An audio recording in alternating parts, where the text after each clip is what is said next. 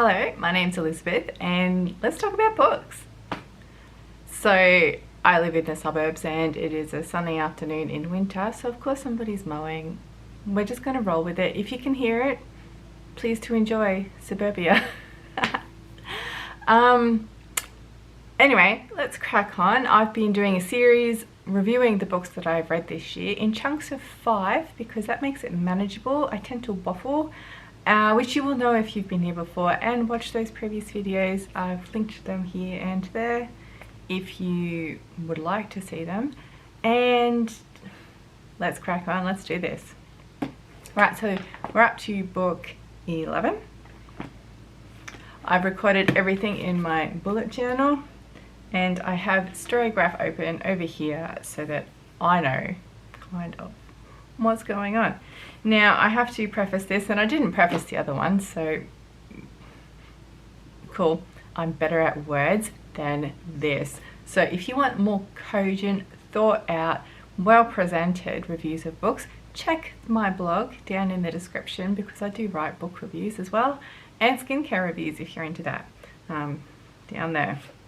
Anyway, self-promotion out of the way, we're up to book 11. So book 11 was Sylvain Neuvel's Until the Last of Me, which was published in March, and I read in March. Looks like I started it 3 days after it was published.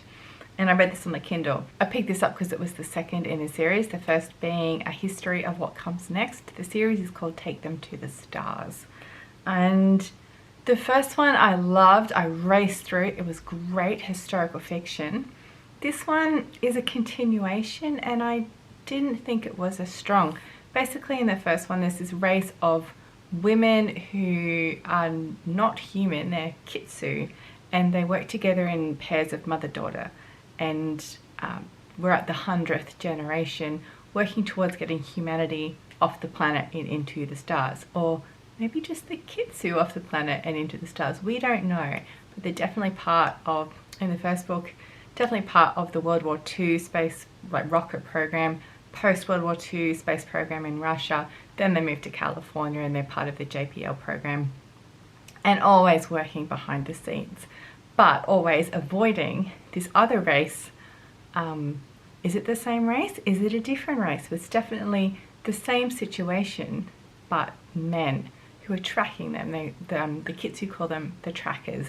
And these generational, sorry, that's my reminder to take my medicine.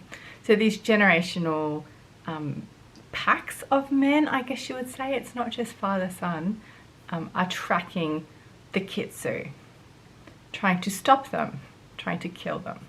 So anyway, that all happens in the first book.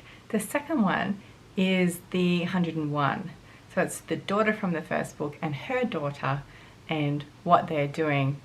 And I found it really unsatisfying because I didn't enjoy the mother of the pair, the daughter from the first book.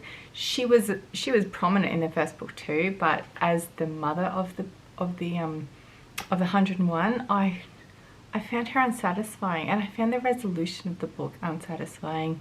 It delved a lot more into the tracker and what they do, how they operate, why they're so violent, how they think about the world and women in particular, human women in particular, but ultimately unsatisfying. I mean, I can't tell you too much because it will give away the entire plot. And I found the ending particularly unsatisfactory. I've just discovered there's a third one. Will I read it? Probably, even though I didn't enjoy this one. And like in the first one, but this one, it stuck out to me more. There's a lot of telling, not showing the research of space history. There's a lot of info dump, and that was a bit like skip. So ultimately I gave it 2 stars. It was okay. What have I written here? Although it raced along like a thriller should, it is a thriller. I felt like the alt history was really shoehorned in, especially the space stuff.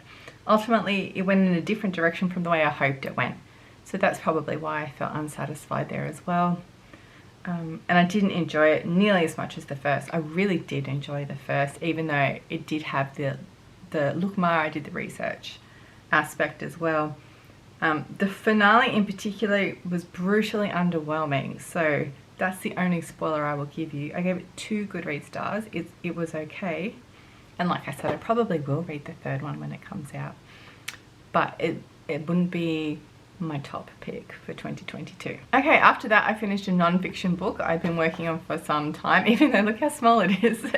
This is literally a literary analysis, The Basics by Celena Kusch. I started this in October last year and finished it in April. That was 6 months. It was published in March 2016. I was and am intending to do an English degree, so because I'm not in a position to be studying an English degree right now, and I definitely don't believe that you should have to go to university to learn things, I picked up a number of these The Basics series books to do with literary theory, literary analysis, critical reading, that sort of thing. I found it really interesting to work through like a textbook, and I took like a bunch of notes on this one. I read it like a textbook. I'm just skipping through to my ultimate wrap up. This was useful in what even is analysis, why analysis, how it compares to review, etc. Lots of stuff in this literary analysis was familiar to me from my history degree. It is basically looking at the text, placing it in a context, interpreting the text, but this is a different type of text. So this is literature, fiction or non-fiction, or poetry, whereas before I was applying it to textual historical sources, and only textual historical sources because I'm not very good at art interpretation. It's the same across the board. It's applying something in a context, giving it context, giving it meaning, and explaining how you got to that point. It finishes off with a basic English essay structure and gives some examples of that. If you've studied at tertiary level, you know how to construct an essay anyway, but if you're coming from the sciences, it might be helpful, or if you're new to university, it might be helpful. That's definitely where this level of book is aimed, and I recommend it if that's where you're going. I think it was under $20 on Amazon, and if it's something you're interested in or a degree you're pursuing, it can't hurt to have that bit of knowledge under your belt, and especially because it's got links to further reading, which you always need. Always further reading, always more context gathering. I highly endorse. I gave it 3 Goodreads stars. I liked it and learned more than one thing from it. That was a really insightful comment past me. Alright, so the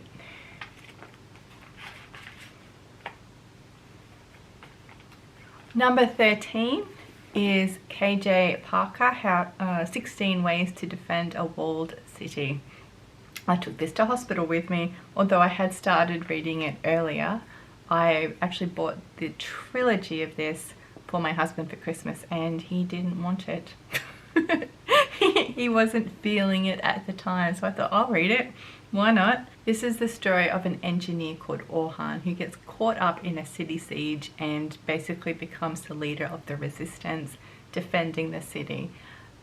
But he narrates it, and he's an unreliable narrator, and he is full of wit and pith and sarcasm and very clever, and wants to show you how clever he is.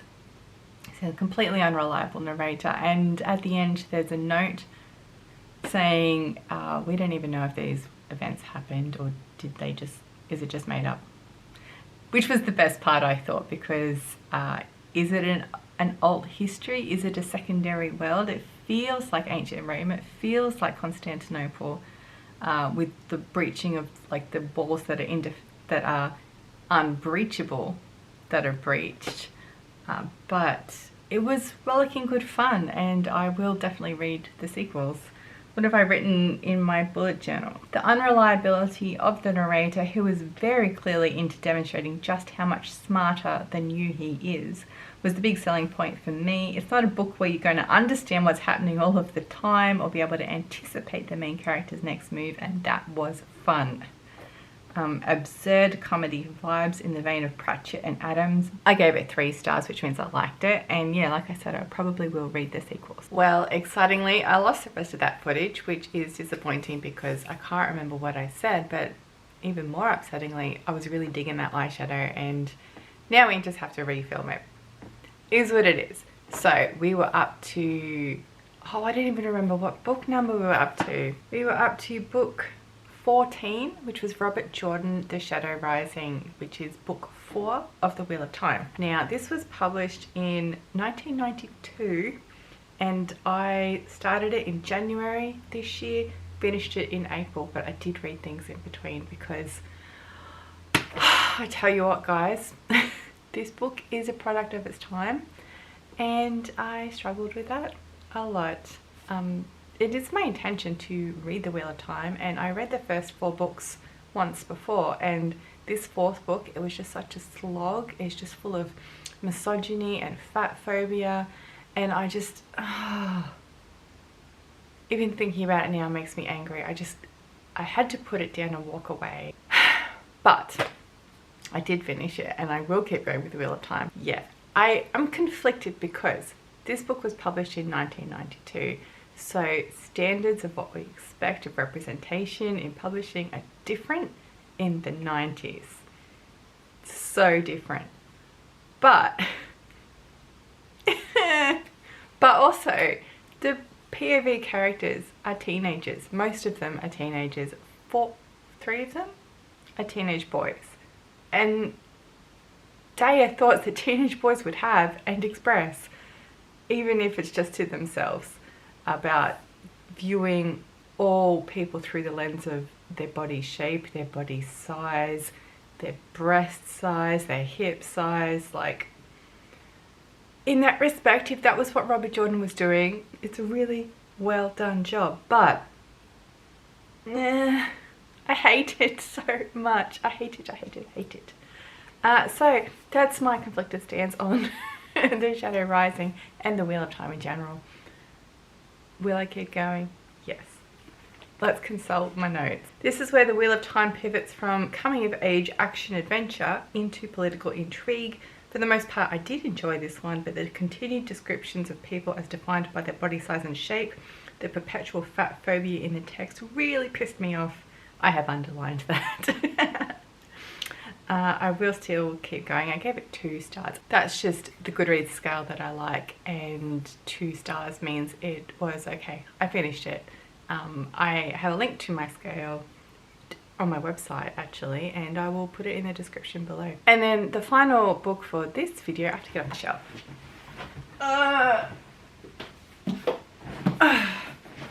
If you've been here before, you will recognize this as part of my birthday book haul. This is the Embroidered book by Kate Heartfield. Came out this year. This was released in February 2022, and I read it in April. Now, this is one of the first ones that I read after I had surgery. I couldn't do anything except sit in a chair and read. And so this one was suitably long, but also the text suitably big. Which made that job easier. My memories of the next few books, and I'll have to say this in the next video too, are a little hazy because I was coming out of surgery, I was sleeping a lot, I was in so much pain, but that's why I have notes. So this one I picked up because look at this cover. It screams historical fantasy, doesn't it? Like, there's no way that's not historical fantasy. So this is the story of 2 sisters who are the daughter of the Empress of Habsburg or Austria or Austria-Habsburg. It's not a period of history I'm really familiar with. It is 1700s, so 18th century. It's the story of these 2 daughters of the Empress. One who becomes the Queen of Naples and the other becomes the Queen of France. You will have heard of her, she's Marie Antoinette. And when they're small, they discover magic. And when they're married off to kings of Europe, they take that magic with them and try to use their magic in secret to aid their countries, to assist the power of their husbands. And of course, because they're sisters, they go in divergent paths, they use their magic in different ways. chaos ensues. The story spans a really long time. It's from when the girls are young. I think Antoine is 10 or 14 at the start of the book, and it goes right through into her execution. Spoilers for actual history. And so that's a really long span of time, and it actually goes further than that because Charlotte survives and goes into that as well. And so it goes, because it's such a long span of time, you don't get the depth that I want in a story, because even though it's this long, like it could have been twice as long. It's the story of 2 women, not just one. So that gave me YA vibes, because the sisters are teenagers when the story starts. Those YA vibes continued the whole way, even though it's not YA. It really tried to rehabilitate the character of Marie Antoinette in particular, because she was the youngest. She's always portrayed as the youngest and the more selfish one in the book. She uses her magic in selfish ways, whereas Charlotte uses magic in ways that aids her country and her people and her husband, and just seems like a more mature character all the way through. My notes say, constraining herself to historical figures means that Kate Heartfield, the author, has shoehorned in plot events that felt really forced, but are a play-by-play of the Wikipedia entry for Marie Antoinette in particular. Ultimately, the book is about sacrifice. It's about family and friends and the compromises and that you make for duty to those people, to your family, to your friends, and to yourself. It was absolutely readable, and because it's not a period of history that I know very well, I couldn't pick out flaws, which was nice. I've got to say, I wasn't just there picking out like, that's not right, you've twisted that sort of thing, because it goes up to the execution of Marie Antoinette. And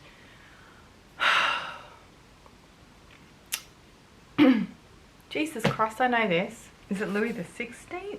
Louis the 16th. I did know that. Because it goes up through to the execution. It's like really the start of the French Revolution, and which actually I read more about later in the year. We'll get to that later. So in the end, I gave it 3.5 stars. I did like it, and having thought about it more, I liked it more. If you're interested in like magic and sisters and like divergent paths and history of Europe, why not give it a go? Okay, that was part 3 in what I have read this year that I'm doing in 5 book chunks. There will be more of this, of course. Subscribe if you want to see more of this nonsense, or slide into my DMs on Twitter and Instagram and tell me things that I should be reading, because I'm insatiable. Bye.